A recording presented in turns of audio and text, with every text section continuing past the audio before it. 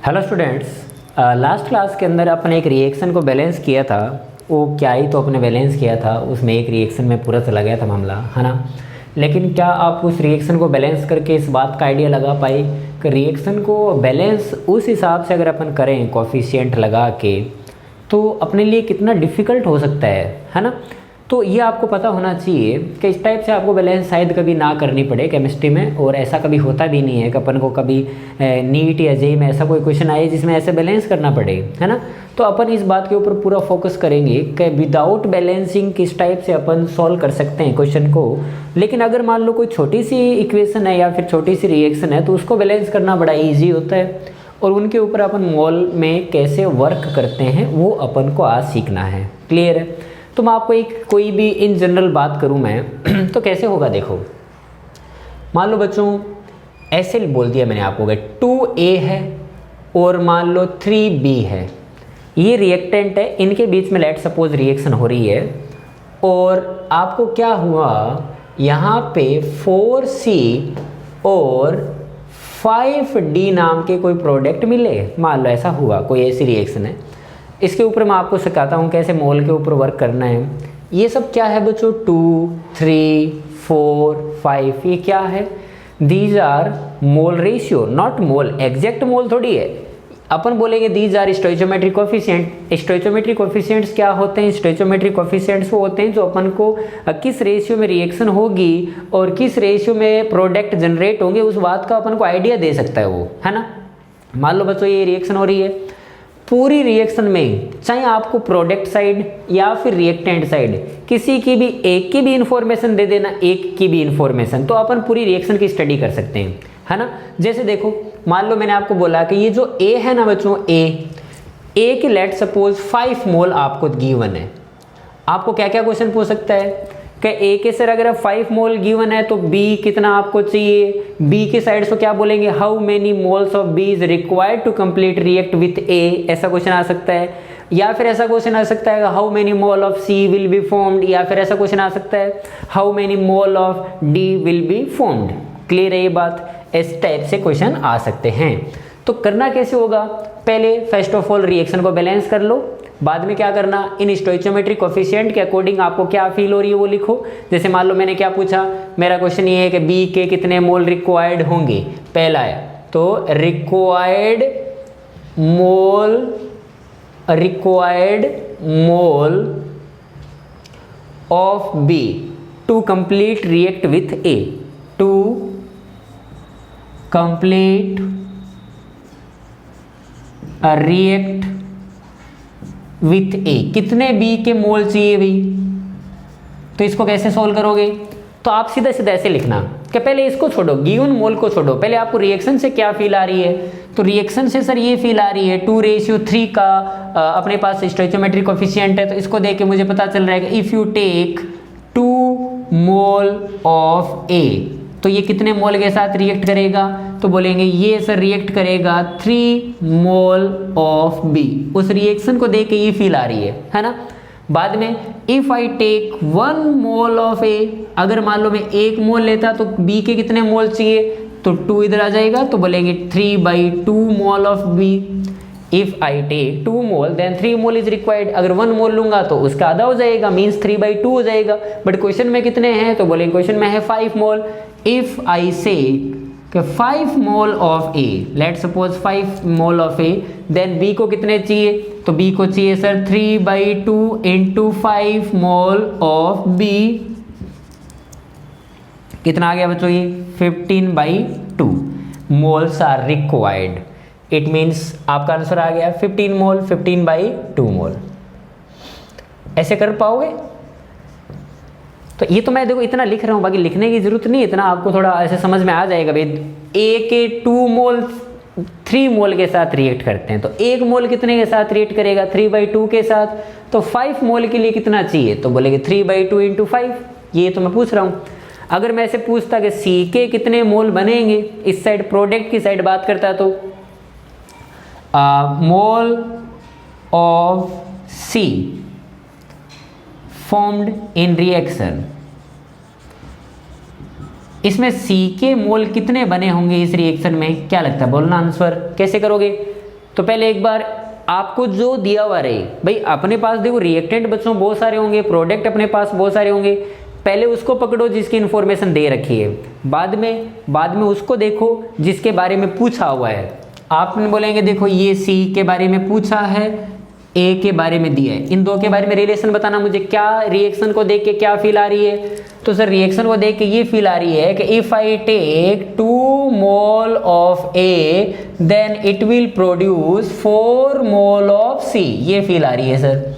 But I say if 1 mole of A then, तो बोलेंगे 4 divide by 2 mole of C. But मेरे को question में कितना दिया हुआ है, बोलेंगे 5 mole of A then how many mole of C will be formed, तो बोलेंगे 4/2 into 5 mole of C. Is it clear और नॉट, तो बोलेंगे 10 मोल मिलेंगे सर सी के आंसर। क्लियर हो रही है। मैंने बोला चलो डी के कितने मोल मिलेंगे, mole of D formed in this chemical reaction कितने मिलेंगे बच्चों। कैसे करोगे, डी के बारे में पूछा है,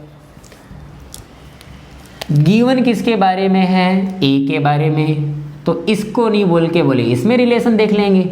if I take 2 mole of A then in this reaction 5 mole of D will be produced according to this reaction. If I take 1 mole of A then 5/2 mole of D will be produced. But in that case, but original में कितने मोल दिए हुए हैं, 5 मोल। तो if I take 5 mole of A then D के कितने मोल मिलेंगे बच्चों, 5/2 into 5 which is 25/2, या फिर मैं ऐसा बोल सकता हूँ 12.5 मोल। क्या फिर बात ठीक लग रही है आपको, 12.5 मोल। ऐसे करना होता है बच्चों, रिएक्शन के साथ खेलना आया आपको, कैसे रिएक्शन के साथ अपन काम करेंगे। हमेशा रिएक्शन में ऐसा कोई ज़रूरी नहीं है कि आपको हमेशा रिएक्टेंट की साइड ही कुछ बातें बताए। आपको हो सकता है कि प्रोडक्ट की साइड ऐसे बात बता दे कि मेरे को इतने मोल प्रोड्यूस करने के लिए रिएक्टेंट के कितने मोल चाहिए, या फिर ऐसा बोल सकता है कि मैंने अगर इतना रिएक्टेंट लिया तो कितना प्रोडक्ट बनेगा। तो ये तो बात श्योर है कि एक के बारे में इंफॉर्मेशन दी हुई रहती है और दूसरे के बारे में वो पूछेगा, तो आपको फर्स्ट ऑफ ऑल रिएक्शन को बैलेंस करके वो रिलेशन एस्टेब्लिश करना है जो आपको दे मिलेगा, और उसके अकॉर्डिंग अपन बात करेंगे, बराबर है। जैसे देखो और अपन काम करते हैं,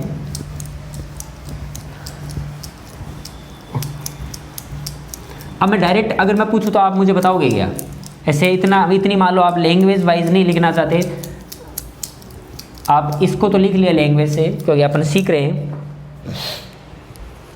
मान लो बच्चों एक रिएक्शन है यही वाली, मैं इसके बारे में ना दूं, इसके बारे में नहीं दूं, मान लो मैंने इसके बारे में दे दिया आपको, कौन से के बारे में, 4C के बारे में, और आपसे पूछा कि 2A + 3B gives 4C + 5D। Let suppose एक रिएक्शन है ये, इस रिएक्शन के अंदर मैंने आपको बोला कि मुझे है ना 5 मोल ऑफ C प्रोड्यूस करना है, तो आप मुझे बताओ कि A के मोल कितने लेने पड़ेंगे, A के मोल कितने लेने पड़ेंगे, how many moles of A is required to produce 5 mole of C, कितने लेने पड़ेंगे। तो इसको कैसे करोगे, तो पहले तो आप उनको देखोगे किसके बारे में इन्फॉर्मेशन दी है और किसके बारे में पूछ रहा है। तो बोलेंगे सर इसके बारे में तो कुछ बता रहा है और इसके बारे में कुछ पूछ रहा है, तो अब एक बार रिएक्शन को देखो।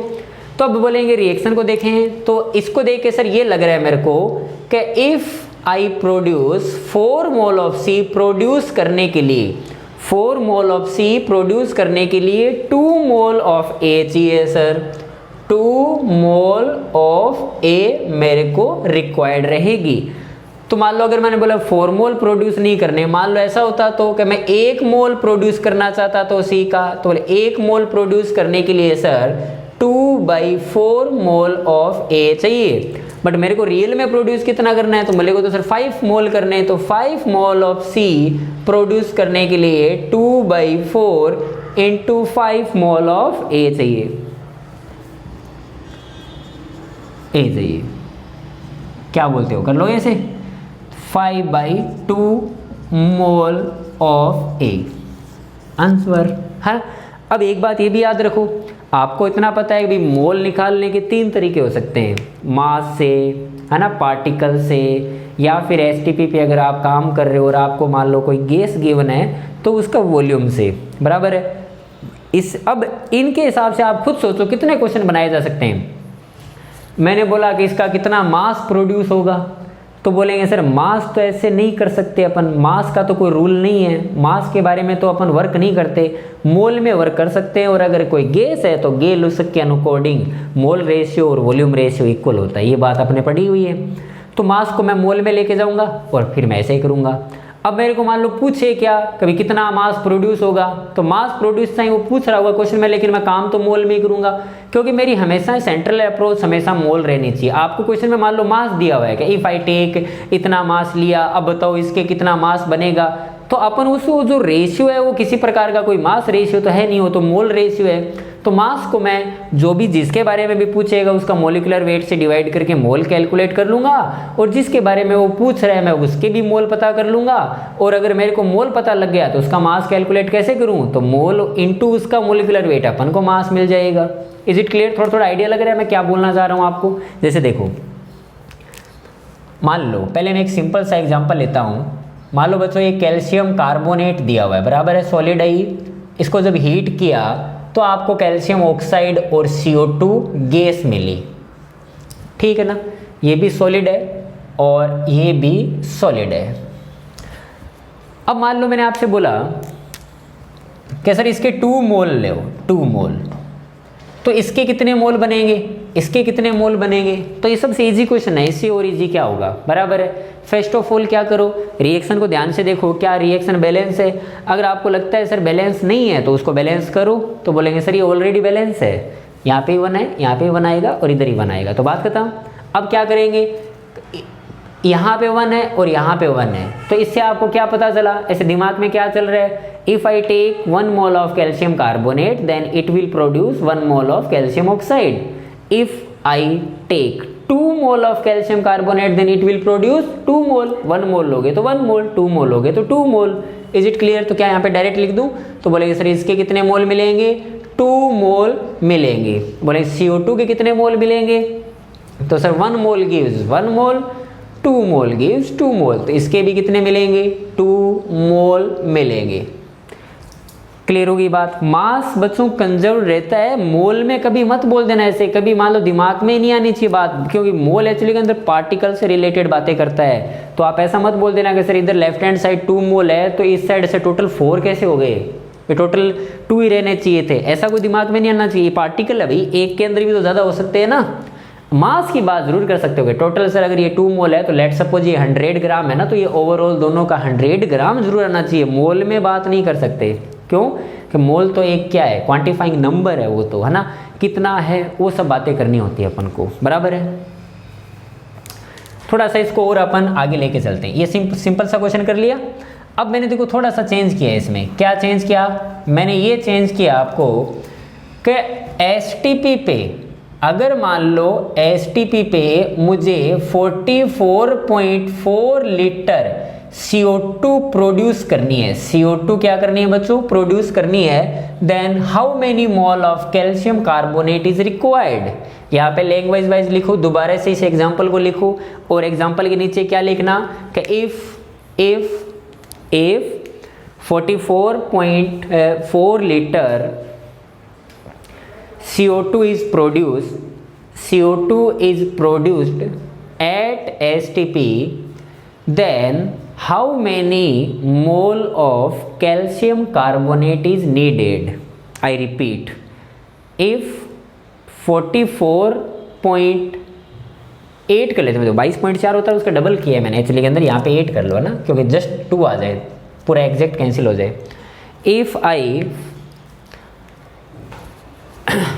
produce 44.8 liter of CO2 at STP, then how many mole of calcium carbonate is needed? आपको कैल्शियम कार्बोनेट के कितने मोल चाहिए, तो बोलेंगे सर ये तो वॉल्यूम है STP पे, तो मेरे को इसको घुमा फिरा के पहले वॉल्यूम पे लेके जाना पड़ेगा, सॉरी किस पे लेके जाना पड़ेगा, मोल पे लेके जाना पड़ेगा। नहीं दिया है तो अपन लेके जाएंगे, बराबर है। क्या आप मुझे बता सकते हो कि अगर मैंने आपको बोला कि CO2 का वॉल्यूम 44.8 लीटर है at STP, then the mole of CO2 कितना, तो बोलेंगे sir mole of CO2 is equals to given volume divide by 22.4 litre which is equals to 2 mole. अब बोलेंगे 2 मोल है सर, ये इनडायरेक्टली क्या बोलना चाहता है, 2 मोल ऑफ CO2 प्रोड्यूस करने के लिए कैल्शियम कार्बोनेट के कितने मोल चाहिए। तो मैंने इसको रब किया, मैंने पता चल गया 2 मोल आया, तो इसके नीचे क्या लिख लिया, 2 मोल प्रोड्यूस करने। ओके, किसके बारे में इंफॉर्मेशन पूछी है, कैल्शियम कार्बोनेट। किसके बारे में कुछ दिया हुआ है, CO2 के बारे में, तो इन दोनों में रिलेशन पूछ रहा है। ओके, स्टोइचोमेट्रिक कोएफिशिएंट को देख के आइडिया लगाओ कितने मोल कैल्शियम कार्बोनेट चाहिए, तो बोलेंगे if I produced 1 mole of CO2 then 1 mole of calcium carbonate is required, then if you given 2 mole of CO2 produce करना चाहते हो तो इसके भी 2 मोल चाहिए, है ना। सो इजी, आंसर आ गया देखो, 2 mole of calcium carbonate is needed to produce 2 mole of CO2। चलो तो बच्चों एक रिएक्शन और करते हैं। N2 और हाइड्रोजन रिएक्शन करती है तो अमोनिया बनता है। इसको मैंने बैलेंस किया बच्चों, बराबर है, इसको मैंने बैलेंस किया। अब आपको मैंने ये बोला कि पहले मैं सिंपल सा क्वेश्चन करता हूँ, बराबर है। सबसे सिंपल तो ये हो सकता है कि मैंने आपको बोला कि नाइट्रोजन गैस के 2 मोल गिवन है, N2 गैस के 2 मोल गिवन है, देन हाइड्रोजन के एक मोल कितने रिक्वायर्ड होंगे और अमोनिया के मोल कितने बनेंगे if I give 2 mole of N2 gas. Okay, इसको अगर मैं एग्जांपल में लिखूं तो मैं आपसे क्या क्या क्वेश्चन पूछना चाहता हूं, मैं आपसे ये पूछना चाहता हूं कि how many mole of hydrogen is needed to complete react with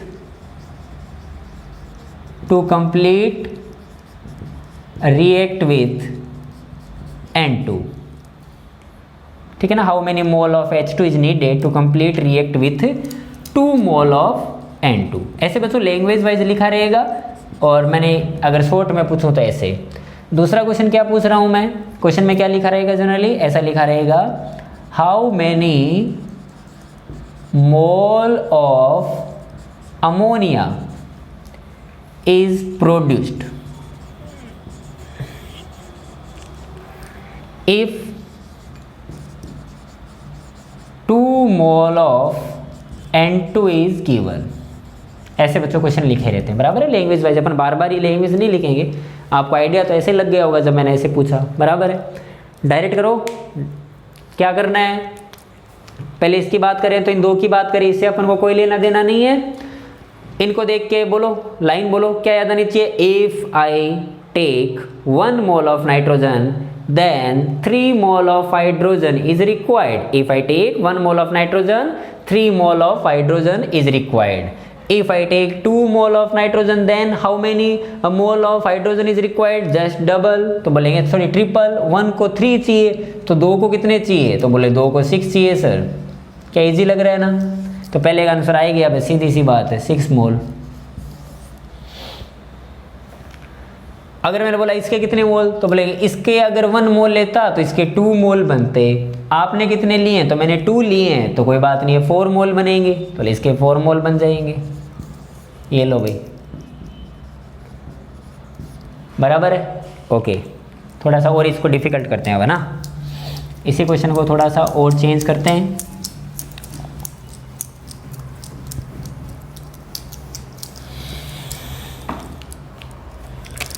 let suppose बच्चों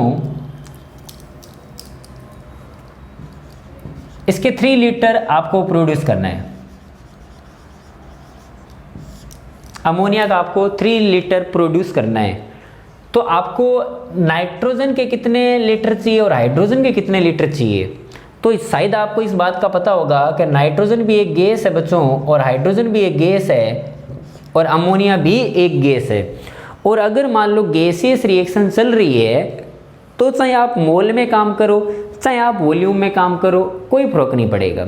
लेकिन यहाँ पे अगर कोई सॉलिड लिक्विड होता तो फर्क पड़ेगा, लेकिन मोल रेशियो तो चलेगा। लेकिन volume ratio is equal to mole ratio किसके लिए वैलिड है? सिर्फ पीवी इक्वल टू एनआरटी से प्रूफ होता है, और पीवी इक्वल टू एनआरटी बच्चों एक आइडियल गैस इक्वेशन है, मीन्स व्हाट का ओनली गैस के लिए वैलिड होती है वो बातें। लेकिन यहाँ पे तो सभी गैस है, तो मैं डायरेक्ट करूँ, मैं मोल में बात नहीं करके लीटर में बात करो चाहे, नो प्रॉब्लम, चलेगी बात। तो बोलेंगे इसके चाहिए क्या, तो पहले मैं इन दो से बात कर लेता हूँ, बराबर है। कैसे बात करते हैं कि अगर मान लो आपको 2 लीटर अमोनिया प्रोड्यूस करनी है तो आपको 3 लीटर हाइड्रोजन चाहिए। इसको देख के तो ऐसा लग रहा है, अगर मुझे 1 लीटर अमोनिया प्रोड्यूस करनी होती 1 लीटर, तो मुझे 3/2 लीटर हाइड्रोजन की रिक्वायर्ड पड़ती। आपको कितना प्रोड्यूस करना है, तो मुझे सर 3 लीटर प्रोड्यूस करना है, then 3/2 into 3 litre of hydrogen is required, it means 9/2 answer आ गया। तो बोलेंगे 9/2 litre is required to produce 3 litre of ammonia. बोल इसका, तो इससे बात करनी है तो फिर इन दोनों से देखो, बराबर है। इनको देख के देखो कैसे कैसे, देखो इस टाइप से। आपको पहले इसका लिखें क्योंकि इसकी बात दी, इसकी इंफॉर्मेशन दी हुई है, तो इससे क्या आइडिया लगा मुझे कि if I produce 2 litre of ammonia then 1 litre of nitrogen is required, but if I say 1 liter of ammonia is produced, then how many? तो बोले 1/2 liter of nitrogen is required, but आपको कितना produce करना है, बोलेंगे 3। तो if I produce 3 liter of ammonia, then 3/2 liter of nitrogen is required, means 3/2 liter, इसका 9/2 litre. ये दोनों आंसर हो गए, ये दोनों आंसर हो गए बच्चों, ठीक है। नोट डाउन करो 1 मिनट इसको।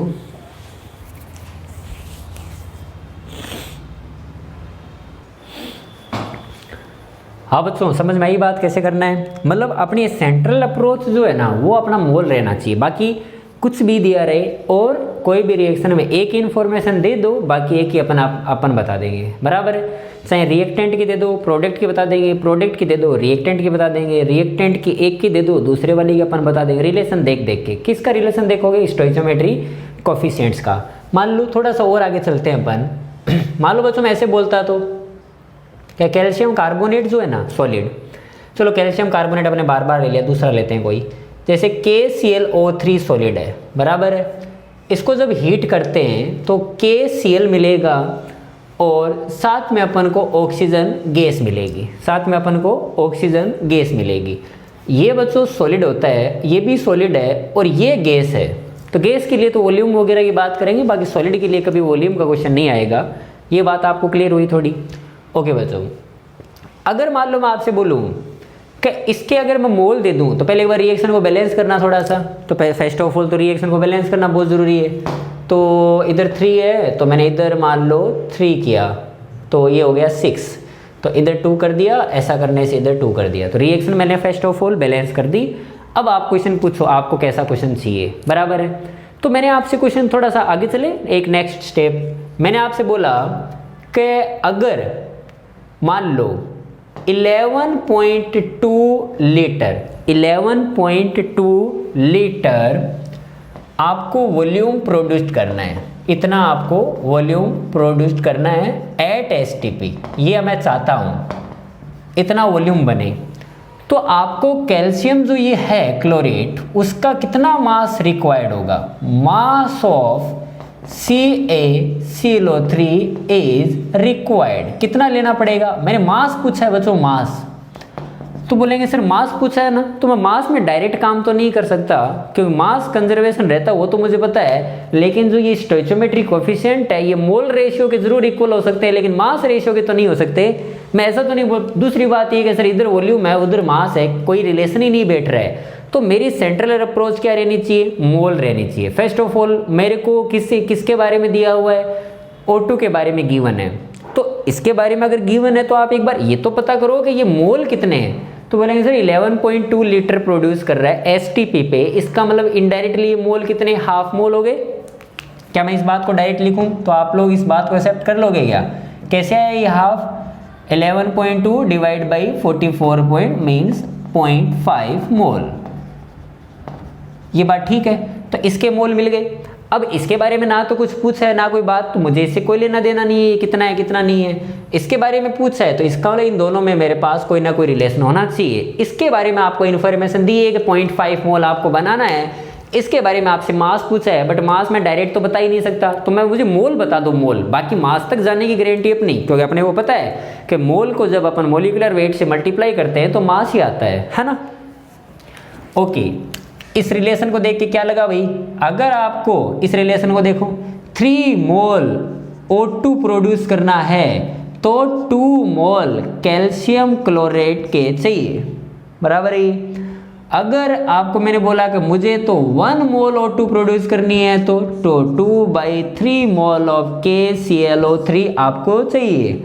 अगर मैंने बोला मुझे तो 0.5 ही प्रोड्यूस करनी है, 0.5 O2 मोल, तो फिर 2/3 इंटू 0.5 मोल KClO3 चाहिए, बराबर है।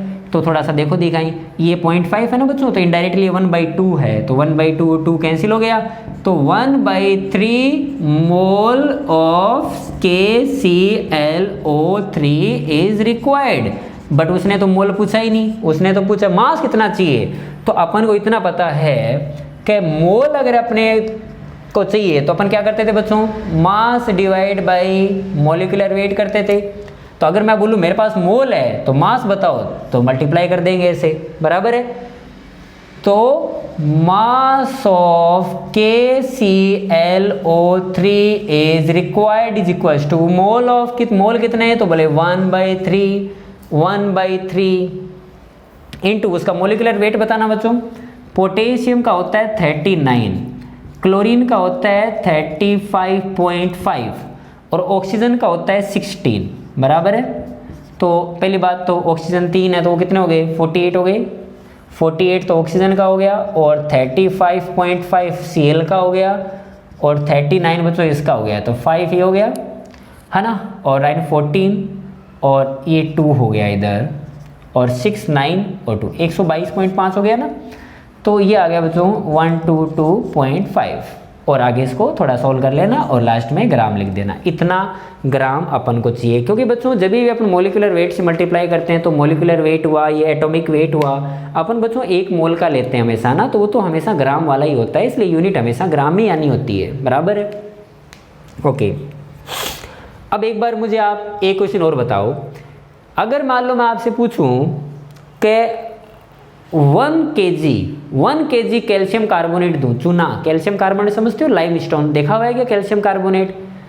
कैल्शियम कार्बोनेट आप कहाँ देखा होगा बच्चों, ये चूना नहीं होता क्या जो ये लोग मावा खाते हैं ना, उसमें वो कैल्शियम कार्बोनेट यूज़ होता है। और मावा नहीं तो जैसे ये कोई भी मान लो जो ये प्लास्टर व्लास्टर करते हैं ना, ये इसमें कैल्शियम कार्बोनेट का बहुत ज़्यादा यूज़ होता है ना। कैल्शियम कार्बोनेट को जब गर्म करते हैं ना पानी के साथ, तो ऐसे वो ना एक्सोथर्मिक रिएक्शन होती है, उसमें हीट निकलती रहती है, साथ में CO2 निकलती रहती है बाहर, है ना। तो आपको मैंने 1 kg कैल्शियम कार्बोनेट दिया, कितना दिया, 1 kg कैल्शियम कार्बोनेट दिया, उसे हीट करना है। अगर उसे हीट करने के लिए मैं आपसे बोलूँ तो मुझे आप ये बता सकते हो गया कि STP पे CO2 का कितना वॉल्यूम मिलेगा, क्योंकि उसमें CO2 एक गैस है, और जब गैस की बात आती है तो STP लगा के उसके वॉल्यूम के क्वेश्चन बनाए जा सकते हैं। चलो ट्राई करते हैं। मैंने आपसे क्या पूछा है कि if I take 1 kg of calcium carbonate then it is heated, calcium oxide और CO2 गैस बच्चों रिलीज होती है। कई बार किसी के आगे ये लिखा रहता है ना, तो उसका मतलब क्या होता है, CO2 निकली है वो रहेगी नहीं, गैस तो जाती रहेगी। आपसे ये पूछा है कि इसका वॉल्यूम कितना बनेगा भाई, volume of CO2 eight STP, ये मेरा आंसर है। कैसे बताओगे आप, इधर वॉल्यूम पूछा है उधर उसने मास दिया है, तो बोलेंगे ऐसा थोड़ी करूंगा मैं कि sir 1 kg gives 1 kg of CO2, मास में ये काम कभी नहीं करना, वो तो मोल में हो सकता है। तो सर मेरे पास अगर 1 kg कैल्शियम कार्बोनेट दिया है तो क्या मैं इसको मोल बना सकता हूँ? बिल्कुल बच्चों, मोल का क्या होता है, मोल का फंडा बोलो, mass divide by molecular weight. तो मास ग्राम में लेना पड़ेगा क्योंकि मोलिकुलर वेट अपन ग्राम में लेते हैं, तो 1 kg का मतलब कितने ग्राम, 1000 ग्राम। मोलिकुलर वेट कितना होगा बच्चों कैल्शियम का, साइड में कैलकुलेट करो। देखो मुझे तो इसका याद है 100 होता है, ठीक है ना, तुम्हें भी याद रहना चाहिए क्योंकि बहुत ही कॉमन है ये। ऐसे कर लो 16 3 जा 48 और 12 60 और कैल्शियम का होता है 40 100, तो पता चल गया कि 10 मोल है, बराबर है 10 मोल है। अब इसके बारे में पूछ रहा है, इसके बारे में दिया है, इसके बारे में पूछ रहा है, तो रिएक्शन को देखो 1 mole gives 1 mole of CO2, 10 mole gives 10 mole of CO2। इसका मतलब वॉल्यूम का तो पता नहीं, मोल जरूर पता चल गए कि मोल ऑफ CO2 प्रोड्यूस्ड, कितनी प्रोड्यूस होगी 10 मोल, ये पता चला है मेरे को। तो बोले मोल वो पूछ नहीं रहा, वो तो वॉल्यूम पूछ रहा है। तो मुझे इतना ज़रूर पता है कि मोल इक्वल्स टू क्या होता है, तो mole equals to volume divide by 44 point litre होता है सर, है ना। तो वॉल्यूम इसने खुद ने पूछा है, तो मोल आपको पता है, तो मुझे बताओ दिखाएं वॉल्यूम कैसे कैलकुलेट करोगे। Volume of CO2 is equals to mole of CO2 10, और 1 मोल में 22.4 लीटर, तो 10 मोल में कितने इतने हो जाएंगे, तो इनटू मल्टीप्लाई कर दिया ऐसे करके, तो आंसर कितना आ गया 224 लीटर। इतना CO2 आपको मिलेगा, इतना CO2 आपको बच्चों मिलेगा। क्या ये बात ठीक लगी आपको, कर लोगे इसे।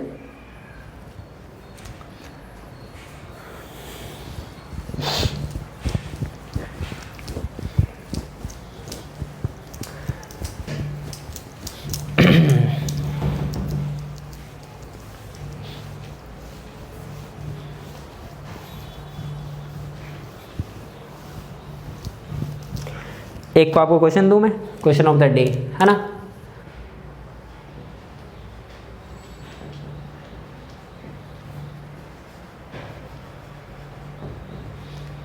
चलो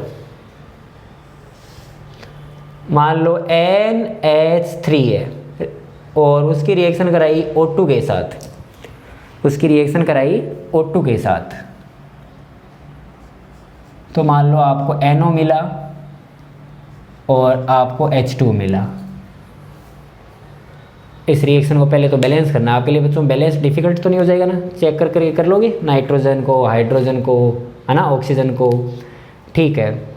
ये जब बैलेंस हो जाए उसके बाद में मैं इसके बच्चों मोल दे देता हूँ आपको ना, अभी मैं, या फिर मास दे दूँ चलेगा ना, क्योंकि मास को आप मोल में कन्वर्ट कर लेना, ठीक है।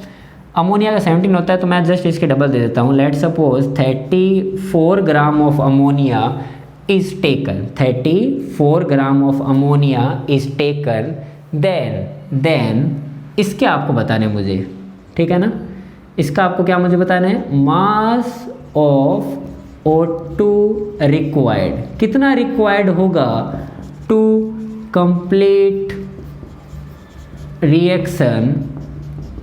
इसका मतलब क्या होता है, reaction with 34 gram of ammonia. ऐसे लैंग्वेज वाइज लिखना होता है, ऐसे लिख सकता हूँ। करोगे कैसे, वो समझ में आ गया। रिएक्शन को बैलेंस करेंगे, बाद में इसके मोल निकालेंगे, बाद इनमें रिलेशन देखेंगे, तो इसका रिलेशन मिल जाएगा, तो इसके मोल पता चल जाएगा, तो मोल से अपन मास की तरफ जाएंगे। बिकॉज भाई मास में कभी डायरेक्ट काम अपन नहीं करेंगे, बिकॉज भाई these are not mass ratio, these are mole ratio. करके बताना बच्चों। Okay, thank you so much.